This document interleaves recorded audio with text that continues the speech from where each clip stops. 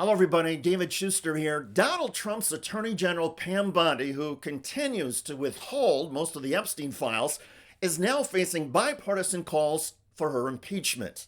Pam Bondi is breaking the law. And this is the corrupt system, the Epstein class that people are sick of. So I believe we're going to get bipartisan support in holding her accountable. Republican Tom Massey of Kentucky says the case against Bondi and her deputies is overwhelming. They're flouting the spirit and the letter of the law. It's very troubling, the posture that they've taken. And I won't be satisfied until the survivors are satisfied. The Epstein survivors say the disclosures so far, which are heavily redacted and amount to less than 10% of all the files, are a slap in the face. The law required that all of the files be released by now with explanations for any redactions. There have been no explanations for the redactions, and few documents have been released that are connected to the exploitation of most survivors, including Danny Bensky. We really didn't get to see as much as we wanted to. This was a law. The law was passed, and they broke the law. That we only saw a very small fraction of what we needed to see. A group of survivors have now written a letter to Congress declaring the Trump administration has violated the law and that there should be immediate congressional oversight, including hearings. Democrat Ro Khanna says there is a bipartisan effort to draft articles of impeachment against Bondi and have hearings over that. Other options could include holding Bondi in contempt of Congress, and contempt would not require action in the U.S. Senate, as Khanna noted to CBS News. We only need the House for inherent contempt, and we're building a bipartisan coalition, and it would fine Pam Bondi for every day that she's not releasing these documents. I'll tell you why. I've talked to the survivors, why this is such a slap in the face. One of the survivors said they released her name accidentally, but they still have not released the FBI file about the people who abused her at her request.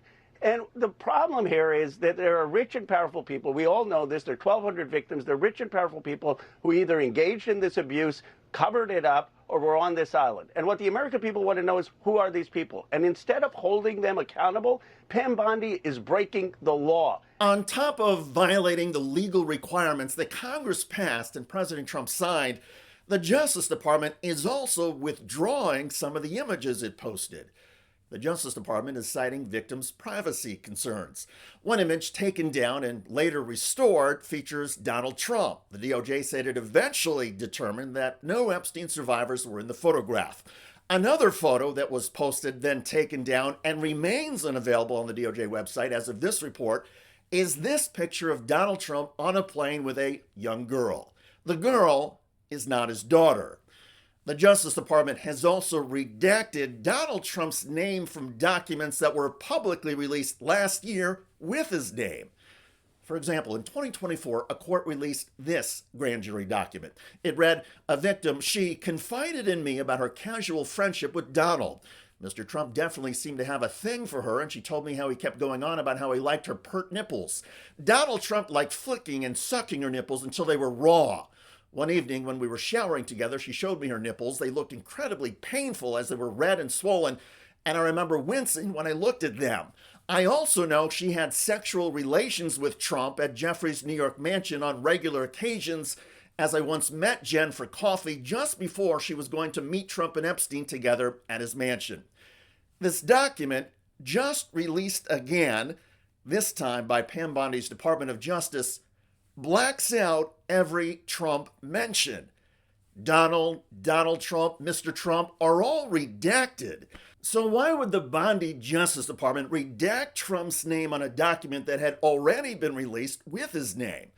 Well, it's possible the Department of Justice has lost track of what's already in the public domain.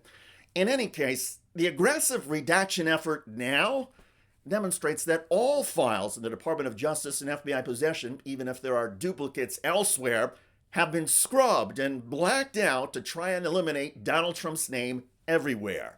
And that underscores that instead of complying with the law Congress passed and Donald Trump signed, the Department of Justice is trying, sloppily, to shield Donald Trump. And if the DOJ is trying to protect Trump in the 10% of the documents and photographs released so far, Well, one can only imagine what has happened to the other 90% of the Epstein files that the Department of Justice and FBI are keeping under seal. And those files, according to lawmakers in both parties, include documents, photographs, and videotapes. Keeping those files away from Congress and the public and blacking out every Trump mention in the files posted so far, that is not transparency, that is a cover-up. And it clearly violates the protocols spelled out in the Epstein statute and breaks the law. As far as congressional action, what happens next, though, will be up to a small handful of Republican centrists, given that Democrats are in the House minority. Here's Maryland Democrat Jamie Raskin. Are you considering, or would you support attempting to impeach the Attorney General, Pam Bondi, as some of other colleagues have suggested is possible? I mean, look, I think everything is on the table here, but people are coming up with solutions that require a majority in Congress. So we know the Republicans are in control in the House, they're in control in the Senate. So when people say, you know, let's impeach Bondi, let's impeach Robert F. Kennedy, let's impeach Trump or whomever, I say, bring me some Republicans and we can have a conversation. By all accounts, though, those bipartisan conversations have begun. It is clear to lawmakers in both parties that the Trump administration is continuing to try and shield the president from any embarrassment or worse in the Epstein files. For more than a decade, Donald Trump and Jeffrey Epstein were best friends. They shared everything.